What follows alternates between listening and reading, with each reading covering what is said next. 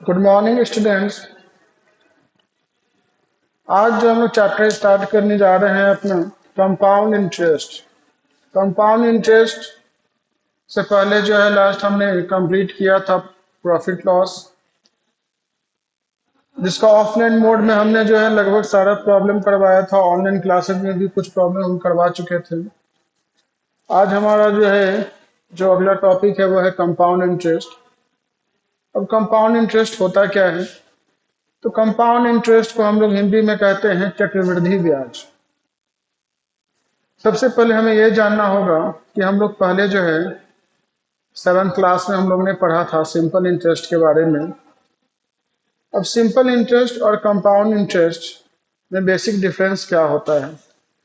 तो simple interest that means साधारण ब्याज, इसमें जो इंटरेस्ट जो लगता है वो फ्लैट होता है। मतलब यदि किसी अमाउंट को हमने बैंक से यदि हमने कुछ कर्ज लिया है और यदि वो 10% के रेट से यदि वो हमें मिला है और 3 साल के लिए हमें यदि वो लोन अगर दिया गया है तो हर साल का जो इंटरेस्ट होगा वो फ्लैट होगा। यदि 10,000 रुपया हमने लोन लिया और 10% का इंटरेस्ट लग रहा है तो हर साल जो है वो 1,000 रुपया ही इंटरेस्ट लगेगा।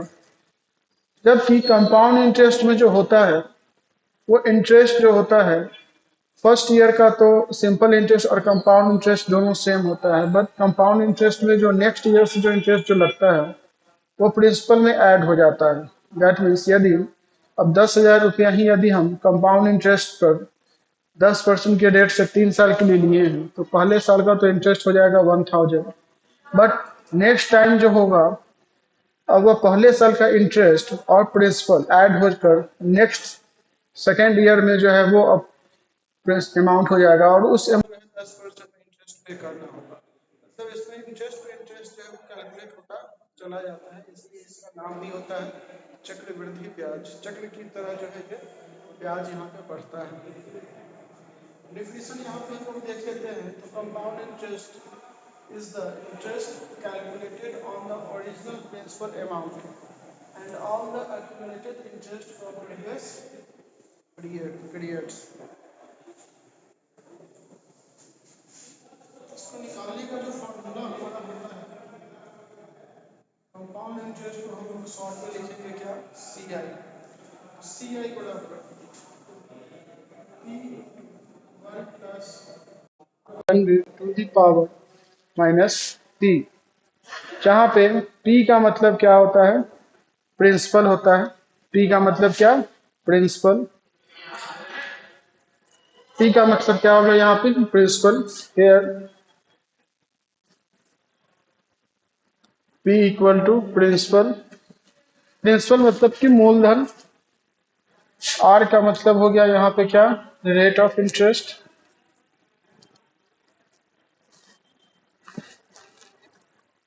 एन का मतलब है यहाँ पे time. P that means principal, R rate of interest and N is equal to time.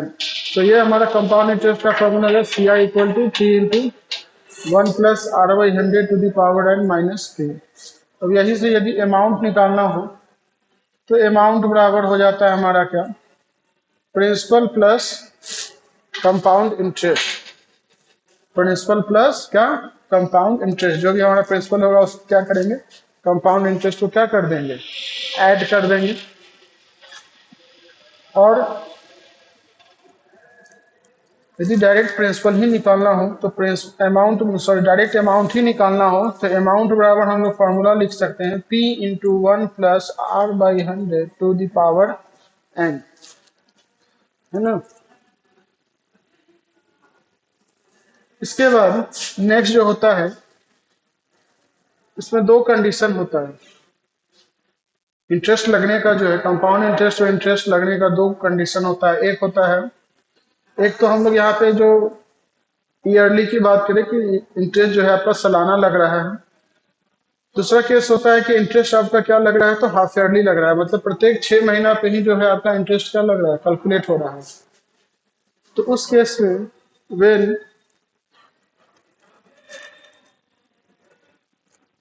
Interest is calculated on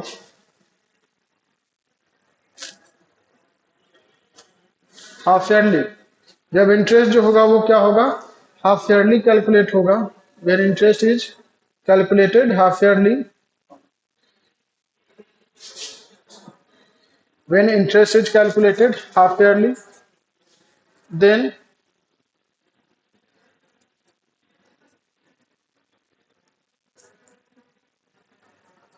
rate becomes half, तब रेट जो हो जाएगा वो क्या हो जाएगा, हाफ हो जाएगा।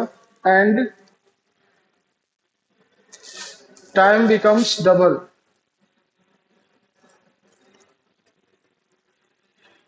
और टाइम क्या हो जाएगा, वो डबल हो जाएगा। मतलब जब इंटरेस्ट जो है हमारा हाफ ईयरली कैलकुलेट होता है तो उस केस में जो रेट जो होगा वो क्या हो जाएगा, हाफ हो जाएगा, और टाइम जो हो जाएगा वो क्या हो जाएगा, वो डबल हो जाएगा। दूसरा केस होता है कि where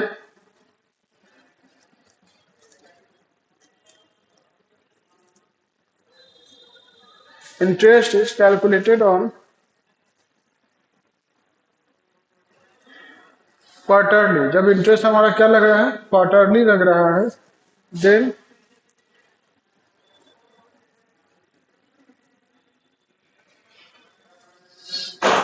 rate becomes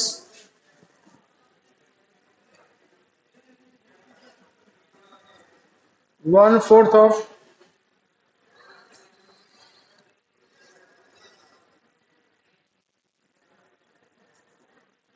of rate, and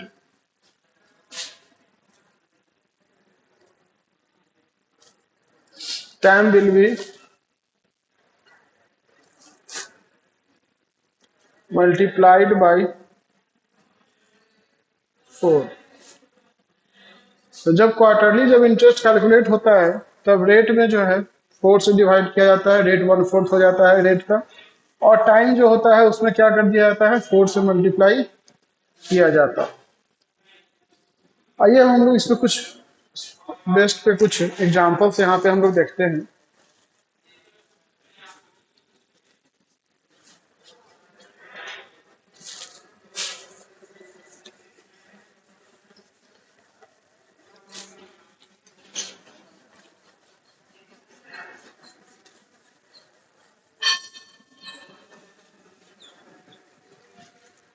चलिए, तो यहाँ पे हमारा जो है कुछ एग्जांपल हम लोग यहाँ पे देखेंगे। अब इसी की यहाँ पे एक एग्जांपल है,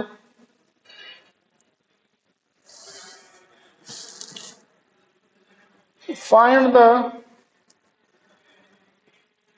amount and compound interest on find the amount and compound interest on rupees 10,000 for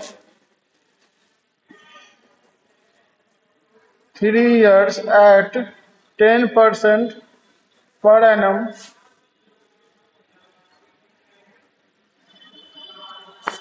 compounded annually।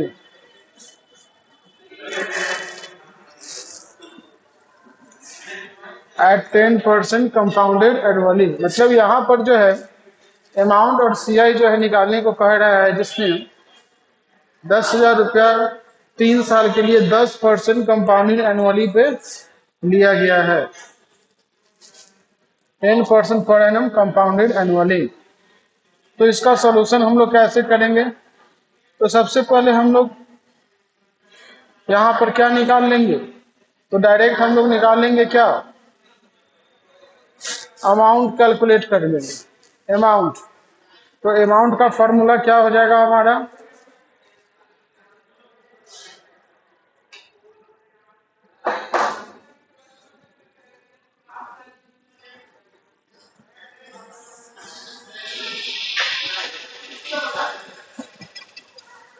तो अमाउंट का फॉर्मूला हमारा क्या हो जाएगा, तो amount equal to P into 1 plus R by 100 to the power क्या एन ना। अमाउंट बराबर क्या हो गया, P into 1 plus R by 100 to the power n. तो यहाँ पे पी के जगह पे हमारा जो है क्या आ जाएगा, 10,000 इंटू 1 प्लस रेट हमारा क्या है 10 बाई 100, टाइम कितना है 3 इयर्स। अब यहाँ 0 से 0 कट जाएगा तो यहाँ हो जाएगा कितना 10,000 इंटू 10 11 बाई 10 का पावर कितना 3। फिर यहाँ पे आ जाएगा 10,000 इंटू अब 11/10 है ना, तो 11/10 का क्यूब यहाँ पे करेंगे तो कितना आ जाएगा 1331 है ना बाई 1000। 3 जीरो से यहाँ का 3 जीरो कैंसिल हो गया, तो यहाँ आ गया क्या 13310 मतलब 13,310। अमाउंट यहाँ पे कितना आ गया 13,310। अब यहाँ से जो है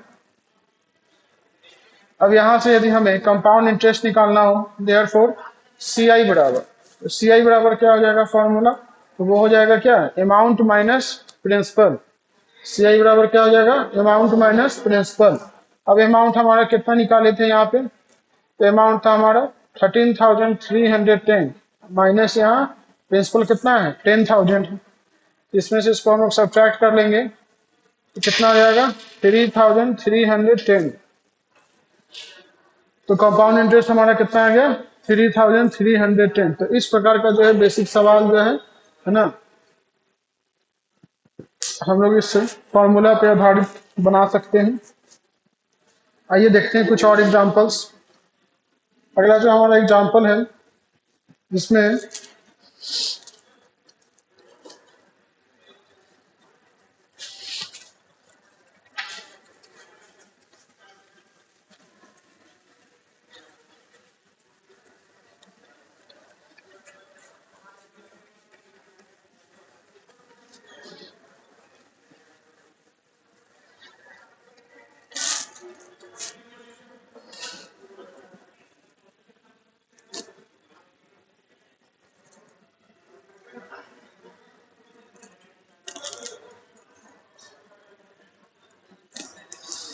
देखिए अब इसी सवाल में कुछ चेंजेस हमने कर दिया। इसमें हमने लिख दिया क्या कि find the amount and compound interest on ₹10,000 for 1 whole 1/2 years at 10% per annum compounded half yearly. तो अब जो है यहाँ पर जो है हमारा कह रहा है कि 10,000 रुपया का है ना 1.5 साल के लिए 10% पर एनम से जो है आप अमाउंट और CI निकालिए, जबकि आपका जो रेट जो लग रहा है वो क्या लग रहा है हाफ ईयरली लग रहा है ना एट 10% कंपाउंडेड हाफ ईयरली। तो हाफ ईयरली के लिए हमने आपको क्या बताया था कि जब इंटरेस्ट जब हाफ ईयरली कैलकुलेट होता है तो क्या हो जाता है रेट आधा हो जाता है ना। तो यहाँ जो रेट है वो कितना है 10% है, उसका ये क्या हो जाएगा हाफ, तो कितना हो जाएगा 5%। और टाइम जो है वो कितना है 1 होल 1/2 years मतलब 3/2। तो टाइम क्या हो जाता है डबल हो जाता है ना, टाइम क्या होता है डबल। तो अब जो है टाइम कितना हो गया वो 3 years हो गया, टाइम क्या हो गया 3 years हो गया। अब जो है आगे हम लोग निकालते हैं, फिर फॉर्मूला का यूज कर लेते हैं। तो अमाउंट बराबर P इंटू 1 प्लस अब रेट हमारा 5 है R/100 to the power n time 3 है। 5 से 100 करिए 20 टाइम्स में 10,000 इंटू 21/20 का power 3। 10,000 into 21/20 into 21/20 into 21/20। 3 zero से 3 जीरो यहाँ हमारा कैंसिल हो गया, 2 से 10 कट गया 5 टाइम्स में। अब यहाँ 21 जो है 3 टाइम्स मल्टीप्लाई हो जाएगा तो आएगा 9261 और उसमें 5 से मल्टीप्लाई कर लेंगे 46305 और उसमें मल्टीप्लाई कर देंगे 4 से।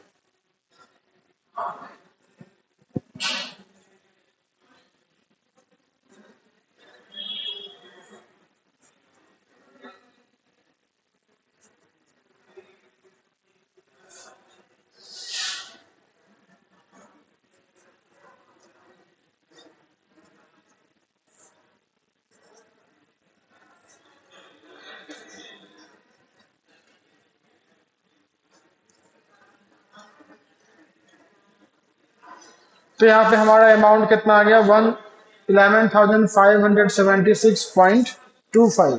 अब इसके बाद यदि हमें यहाँ पे निकालना हो क्या कंपाउंड इंटरेस्ट, तो सी आई बराबर हम लोग फिर लिख देंगे क्या, अमाउंट माइनस प्रिंसिपल, मतलब 11,576.25 माइनस 10,000, कितना आ जाएगा 1576.25, है ना, 1576.25, ये हमारा क्या हो गया यहाँ पे कंपाउंड इंटरेस्ट हो गया। क्लियर है? चलिए बढ़ते हैं अगले सवाल की तरफ। हमारा जो नेक्स्ट क्वेश्चन है,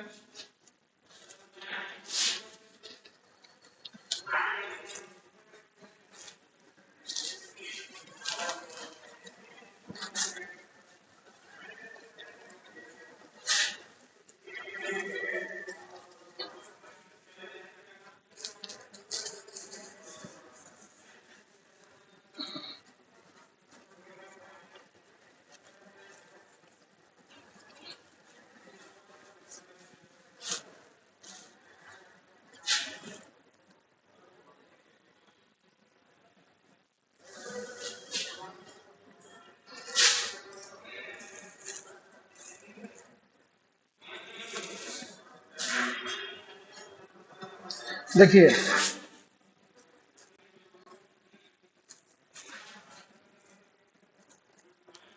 तो अब जो है क्वेश्चन जो है हमारा अब क्या कहता है कि find the amount and compound interest on ₹10,000 for 6 months at 20% compounded quarterly, है ना, eight 20% per annum compounded quarterly. तो अब यहाँ जो है कि 10,000 रुपया का 6 महीने के लिए 20% दर से, है ना, आपको सी आई और अमाउंट निकालना है, जबकि रेट जो है आपका क्या लग रहा है, क्वार्टरली लग रहा है। तो क्वार्टरली के केस में हमने क्या बताया था कि जो हमारा टाइम है 6 मंथ्स, 6 मंथ्स को क्या करना है 4 से मल्टीप्लाई कर देना है, ये कितना मंथ हो गया 24 मंथ्स, 24 मंथ्स का मतलब कितना 2 years, है ना। और रेट जो है 20% है, उसको डिवाइड कर देना है किससे 1/4 हो जाएगा, ये रेट हो गया कितना 5%। देयरफॉर अब अमाउंट यहाँ पे निकाल लेंगे इंटू 1 + 5/100 का पावर n, तो यहाँ हो गया 10,000 इंटू 21/20 इंटू 21/20, इससे ये कट गया 25 का, इसमें 21 इंटू 21 हो गया हमारा कितना 441 इंटू 25,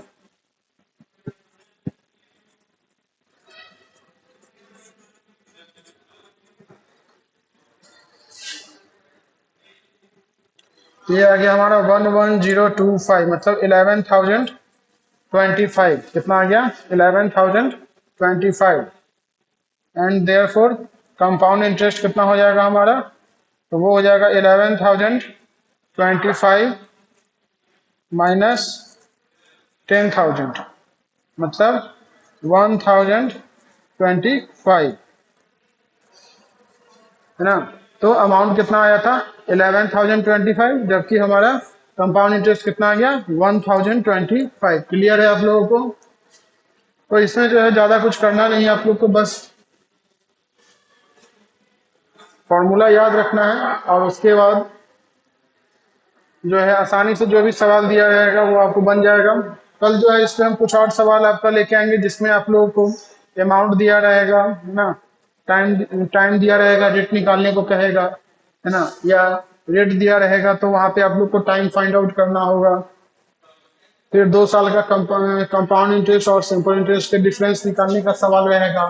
3 साल का कंपाउंड इंटरेस्ट और सिंपल इंटरेस्ट निकालने का सवाल दिया जाएगा।